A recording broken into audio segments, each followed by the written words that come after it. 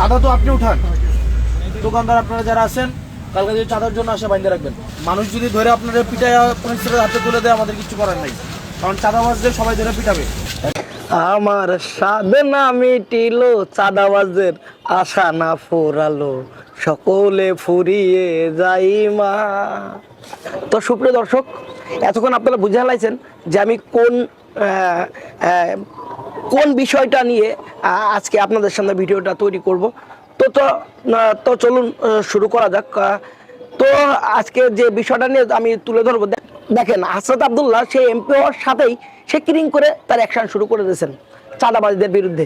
সে তার দেবিদ্বারে বাজার কমিটির কাছে গিয়ে সেখানে সেই বাজার কমিটির সাথে কথা বলে চাঁদাবাজের কাছে ফোন করে কথা বলে যে আর কোনো চাঁদা এখান থেকে নেওয়া যাবে না, আর যদি আপনারা এখানে চাঁদা নিতে আসেন তাহলে আপনাদেরকে বেঁধে রাখা হবে।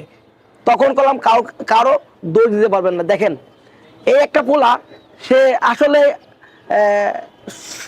সেই সর্বপ্রথম থেকেই জুলাই গণ অভ্যুত্থানের সর্বপ্রথম থেকেই সে লেগে আছে। সে আসলে ভালো পোলা, তাহলে খারাপ বলা যাবে না, ভালো পোলা।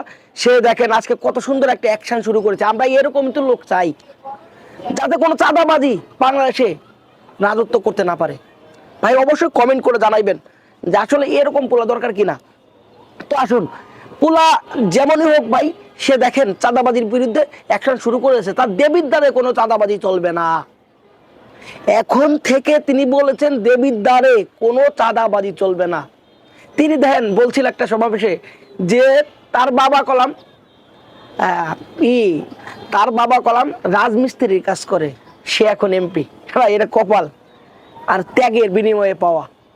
তো এই পোলা যে অ্যাকশন শুরু করেছে, অবশ্যই জনগণ তার পাশে থাকতে হবে। যদি সুন্দর একটা তার যে একটা আসন আছে, ওই আসনকে ভালো করতে হয়, বাংলাদেশকে ভালো করতে হয়, অবশ্যই তার পাশে থাকতে হবে।